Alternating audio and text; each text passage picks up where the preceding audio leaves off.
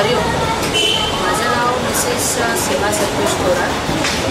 माझी आई 2000 सालापासून बापूंकडे येते आणि बापू जे जे काही सांगतील ते प्रत्येक गोष्ट माझ्याकडूनही करून घेते, स्वतःही करते, सर्व कुटुंबासाठीही करते.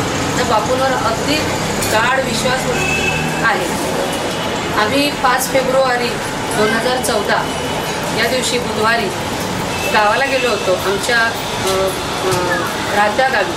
आणि तिथे गेल्यानंतर जेव्हा आम्ही पुन्हा येत होतो तेव्हा लोणावळ्याजवळ कारला येथे आमचा स्कॉर्पिओ गाडीचा फार मोठा ॲक्सिडेंट झाला. ॲक्सिडेंट एवढा भयानक होता की गाडीची कंडिशन म्हणून आपण विचारही करू शकत नाही की काय कसं झालं असेल. पण तेवढ्या मोठ्या ॲक्सिडेंट म्हणून आज आम्ही सर्व इथे सुखरूप उभे आहोत. तो ॲक्सिडेंट असा झाला की आम्ही मुंबईला येत होतो. समोरून एक यूटर्न घेण्यासाठी एक गाडी SX4 गाडी यूटर्न घेण्यासाठी इंडिकेटर न देता समोर आली आणि ती समोर आली. जो आमच्या गाडीचा ड्रायव्हर होता त्याने राईट टर्न घेतला. तिथे कॉलेज असल्याकारणाने कॉलेजची मुलं उभी होती. गाडीची टक्कर करू शकत नाही, कॉलेजच्या मुलांच्या अंगावरही गाडी घालू शकत नाही. आणि त्याच्यानंतर पुन्हा लेफ्ट टर्न घेतला. ते लेफ्ट टर्न घेतल्यानंतर गाडीचा बॅलन्स गेल्यानंतर गाडी डिवायडर तोडून पुन्हा दुसऱ्या रस्त्यानंतर खाली झुडपांमध्ये जाऊन गाडी पडली. अगदी 4 ते 5 वेळा गाडी पलटी झाली. आम्ही झोपलो होतो.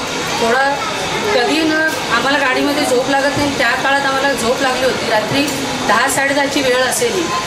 खूप मोठं संकट होतं आमच्यावर. माझं 6 महिन्याचं बाळ माझ्या मांडीवर होतं. माझा 6 वर्षाचा मुलगा माझ्या बाजूला झोपला होता. आई पाठी बसलेली होती. माझी आत्या माझ्याबरोबर होती. ड्रायव्हर पुढे होते. आणि ॲक्सिडेंट कसा झाला आहे आम्हाला माहिती नाही, फक्त आम्ही नंतर ऐकले हे मी सांगते.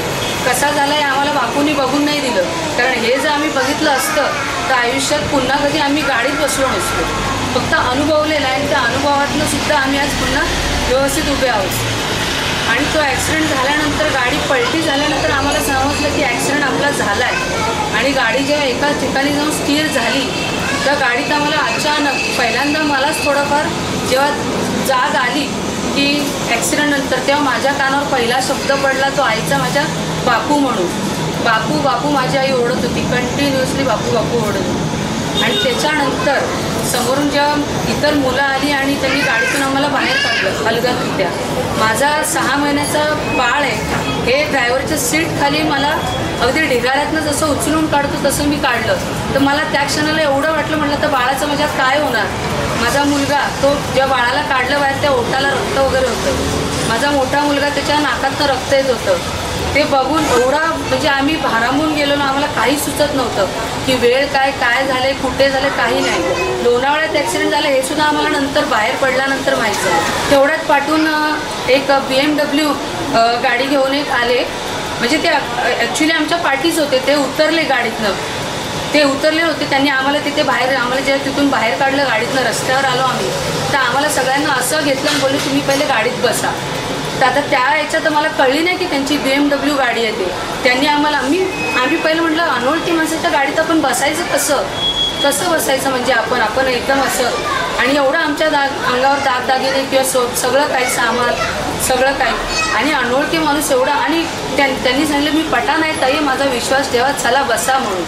आणि गाडीत बसलो आम्ही त्यांच्या. आणि जबरदस्तीने एखादे वडील जसे सांगतात नाही तुम्ही बसायचं आणि चालायचं, तसं त्यांनी आम्हाला बसवलं. गाडी हॉटेलवर नेलं, सोडलं तिथे. बोलले तुम्ही काही काळजी करू नका, मी तुमच्या मिस्टरांना घेऊन गाडीचं काय ते बघतो, तुम्ही बसा. माझ्या मुलाला दिलं माझ्याकडे. तोपर्यंत त्यांनी धरलेल्यानंतर मुलाला दिलं, मोठ्या मुलाला पण दिलं, आईला, सगळ्यांना आम्हाला तिथे बसवलं. आणि आमची सर्व खाण्यापिण्याची, माझ्या लहान मुलाच्या दुधाची सगळी सोय केली, बसवलं तिथे. आणि त्यानंतर जेव्हा थोडं आम्ही त्या याच्यातनं हे झालो की बाबा काय झालेलं आपल्याबरोबर, काय झालं आहे, पण आपण सगळे सुखरूप आहोत, कोणाला काही झालेलं नाही, सगळं व्यवस्थित दिसते. थोडंसं याच्यावर आलं की बाबा नाही सगळं व्यवस्थित आहे. जरी असं झालं बापूंनी आपल्याला वाचवलेलं आहे. आणि ते जे पठाण होते, मला मम्मी सांगते सीमा ते बापूच होते, मला माहिती आहे ते बापूच होते, दुसरं कोणी नाही. बापूंनीच आपल्याला वाचवलेलं आहे. ते आम्हाला एवढं पण बोलले की तुमच्या गाडीच्या पाठीच माझी गाडी होती आणि मी बघितलं ॲक्सिडेंट झालेला तुमचा. आणि मी तेव्हाच ॲम्ब्युलन्सला फोन केला होता की ॲम्ब्युलन्सला बोलवण्यासाठी काय आतमध्ये झालेलं आहे काय नाही ते. पण जेव्हा त्यांनी आम्हाला बघितलं ते बोलले काही झालं नाही. त्यांनी परत ॲम्ब्युलन्सला फोन केला येऊ नका म्हणून, काही गरज नाही आहे म्हणून, सगळे सुखरूप आहेत. आणि त्यांनी आम्हाला हॉटेलवर बसवल्यानंतर तिथे थोडा वेळ गेल्यानंतर ते कुठे गेले आम्हाला पण माहिती नाही. नंतर पुन्हा एक दुसरा माणूस आला. मला ड्रायव्हरने सांगितलं की ताई ते ना BMW गाडीतून तुम्हाला इथे सोडलेलं आहे म्हणून. ते पठाण म्हणून कोणतरी होते आणि अगदी मराठी भाषेत कोणी बोलणार नाही की ते पठाण असतील म्हणून, अगदी शुद्ध मराठी भाषेत. आणि नंतर जेव्हा आम्ही तिथे हॉटेलवर होतो तिथून आम्हाला नंतर पुन्हा डॉक्टरची गरज होती कारण मुलाला रक्त आलेलं नाकातनं. तर मग इंटरनल इंजुरी काय आहे का काय बघणं गरजेचं होतं. मग ते बोलले तुम्ही थांबा इथे की तुम्हाला नेणार इथून, सगळी सोय होणार. तर एवढ्या काळानंतर पण पोलीस आले असतील नाही की मला माहिती नव्हतं काहीच. माझे मिस्टर तिकडे स्पॉटवरच होते, त्यांना पण काही लागलं नव्हतं. पण मुकामारा सगळ्यांना लागला होता. पण रक्त म्हणून मला फक्त 2 मुलांच्या थोडं थोडं एवढं असं दिसलेलं. आणि त्याच्यानंतर जेव्हा मी हॉटेलवरून हॉस्पिटलला गेलो लोणावळ्यातच परमार हॉस्पिटलमधून, तिथे आमची त्या रात्री ट्रीटमेंट झाली.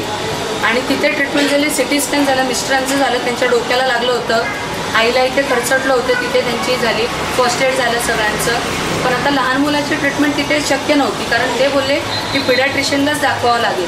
मग आम्हाला ती एक धाकधूक होती की काय बाबा आम्हाला अजून आता काय ऐकावं लागेल.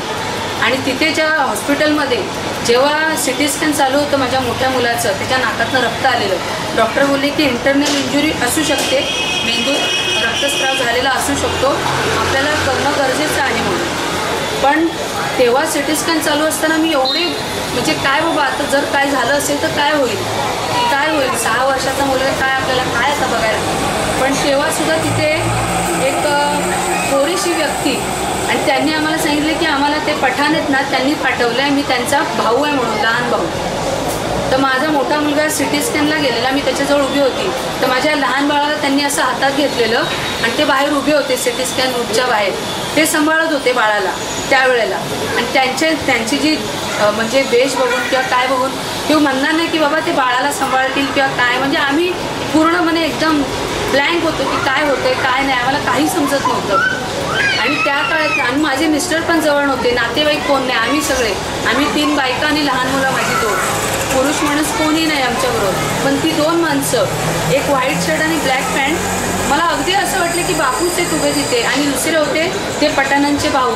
ते असं वाटलं की सुचितदादा आणि बापू आपल्यासमोर, आपले ही 2 व्यक्ती तिथे उभे आहेत आपल्यासाठीच, फक्त आणि फक्त आपल्यासाठी. हॉस्पिटलमध्ये एवढ्या रात्री लेडीजच्या मदतीसाठी तेच उभे आहेत. एवढ्या मोठ्या प्रसंगातून वाचवल्यानंतर तिथे मदत करण्यासाठी तेच आपल्यासाठी उभे आहेत असं आम्हाला वाटतं. आईने माझ्या तर अगोदरच मला म्हणली सीमा आपल्याला बापूंनीच वाचवलं याच्यातनं वाचणं शक्य नाही आहे. स्कॉर्पिओ गाडीचा 5 ते 6 वेळा पलटी झाल्यानंतर ज्या आम्ही असे सुखरूप 1 आठवड्यानंतर तुमच्यासमोर सगळ्यांसमोर सुखरूप आहोत आणि ही फक्त आणि फक्त बापूंचीच कृपा आहे एवढं आम्हाला माहिती आहे. आणि बापूंचं सदैव. आणि काल आम्ही गुरुक्षेत्रात आलेलो तेव्हा बापूंनी आम्हाला असं दर्शन दिलेलं आहे आणि आमच्या डोक्यावर, सगळ्यांच्या डोक्यावर हात ठेवून आम्हाला आमच्या आयुष्याचं जन्माचं सार्थक झाल्यासारखं झालं. आणि माझी मुलं एवढी 2 भाग्यवान आहेत की मी काहीच म्हणजे काय बोलू शकत नाही की याच्यापेक्षा भाग्य कोणाचं मोठं असेल हे मला वाटत नाही. माझा मुलगा,